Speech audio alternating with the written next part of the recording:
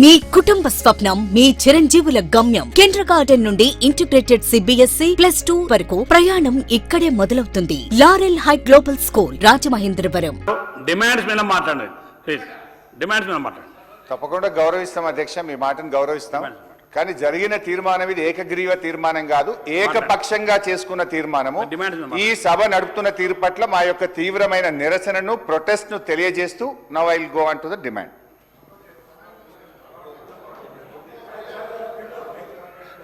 అధ్యక్ష, ఈరోజు డిమాండ్స్ మీద మాట్లాడడానికి అవకాశం ఇచ్చినందుకు మీకు ధన్యవాదాలు తెలియజేస్తూ, అయితే ఈరోజు నేను మైనింగ్ డిపార్ట్మెంట్ మీద, మా కొత్త మంత్రి గారు వివేక్ గారు అయినారు, వారికి శుభాకాంక్షలు. అయితే మైనింగ్ డిపార్ట్మెంట్ మీద నేను ఈరోజు ఈ డిమాండ్ మీద మాట్లాడాలనుకుంటున్నా. మిగతా డిమాండ్స్ మీద మా గౌరవ సభ్యులు మాట్లాడతారు అధ్యక్ష. ఇకపోతే అధ్యక్ష, ఈ మైనింగ్ డిపార్ట్మెంట్ అనేది చాలా ముఖ్యమైనటువంటి డిపార్ట్మెంటు. రాష్ట్ర ప్రభుత్వానికి రెండు రకాల ఆదాయాలు ఉంటాయి.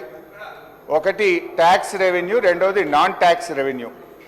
సో ఇందులో ఈ మైనింగ్ డిపార్ట్మెంట్ ద్వారా వచ్చేటువంటి ఆదాయం it's a non tax revenue.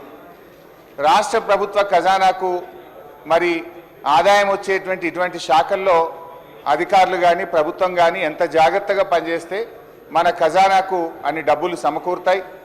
ఈ ప్రజల సంక్షేమం కోసం, అభివృద్ధి కార్యక్రమాల కోసం ఆ నిధుల్ని వినియోగించేటువంటి అవకాశం ఉంటుంది.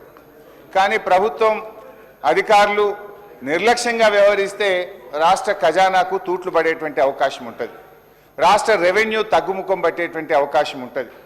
అయితే ఈరోజు నేను ముఖ్యంగా మన మైనింగ్ శాఖలో ఈ రాష్ట్రంలో పెద్ద ఎత్తున అవినీతి జరుగుతూ ఉంది, పెద్ద ఎత్తున కుంభకోణాలు జరుగుతూ ఉన్నాయి, రాష్ట్ర ప్రభుత్వ ఆదాయానికి పెద్ద ఎత్తున గండి పడతా ఉన్నది.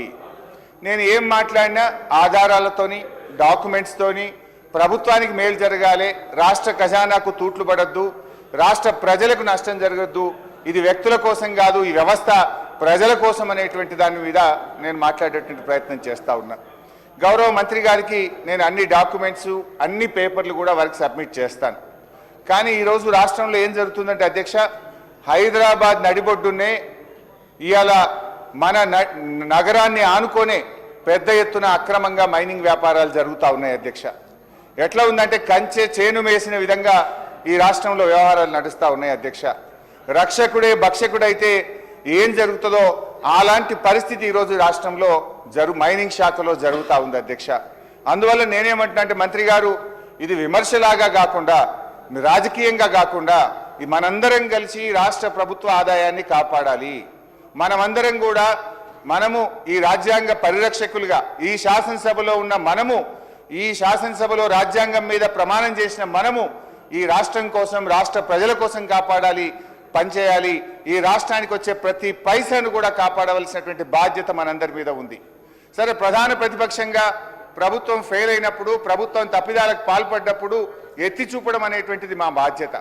దాని విమర్శగా కాకుండా సద్విమర్శగా తీసుకొని అవి సరిచేయడం ద్వారా మనమందరం, అది స్వపక్షమా, విపక్షమా, అధికార పక్షమా, ప్రతిపక్షమా అనేటువంటి తారతమ్యం లేకుండా అందరం కూడా ఈ రాష్ట్రం కోసం పనిచేయాల్సినటువంటి బాధ్యత మన మీద ఉన్నది.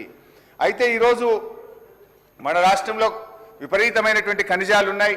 ఖనిజ ఆదాయం ఇయర్ ఆన్ ఇయర్ పెరుగుతూ పోతుంది. కొత్త కొత్త పాలసీస్ కూడా మనం తెస్తున్నటువంటి విషయం కూడా మనందరికీ తెలుసు. కానీ ఈరోజు హైదరాబాద్ నడిబొడ్డున GO-111 ఉల్లంఘన, రూల్స్ లేవు, పర్మిషన్స్ లేవు, దర్జాగా దందాలు జరుగుతూ ఉన్నాయి. మరి దీని మీద ఎందుకు ప్రభుత్వం సైలెంట్గా ఉందనేటువంటి విషయం మాకు అర్థం కావడం లేదు. మరి ఎందుకంటే రక్షకులే భక్షకులైతే అని ఒక మాట మాట్లాడాల్సినటువంటి పరిస్థితి ఏర్పడ్డది. అంటే పాలకులే మరి ఇక తూట్లు పొడిస్తే ఇంకా ఎవరు కాపాడగలుగుతారు అధ్యక్ష? అందువల్ల నేను ఆ విషయాల్లోకి ఇప్పుడు now I'm coming to the topic. For every of my word I have a document. ఇది ప్రభుత్వ డాక్యుమెంట్ల ఆధారంగా మాట్లాడుతున్న తప్ప వేగ్గా నేను అసలే మాట్లాడడం లేదు.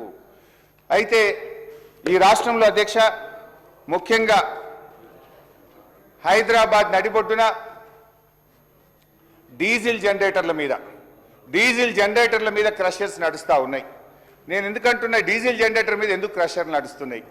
మన స్టేట్ యొక్క మైనింగ్ రూల్స్ 2000 యాక్ట్ కానీ, మీ ప్రభుత్వం కూడా ఒక జీవో తెచ్చింది, GO number 26 Telangana stone crusher rules 2025 కొత్తగా అధికారంలోకి వచ్చిన ప్రభుత్వం కూడా జీవో 26 ద్వారా కొత్తగా ఈ రాష్ట్రంలో ఎవరైనా స్టోన్ క్రషర్ పెట్టాలంటే ఎలాంటి నియమ నిబంధనలు పాటించాలో మీ ప్రభుత్వమే ఒక జీవో కూడా తెచ్చింది.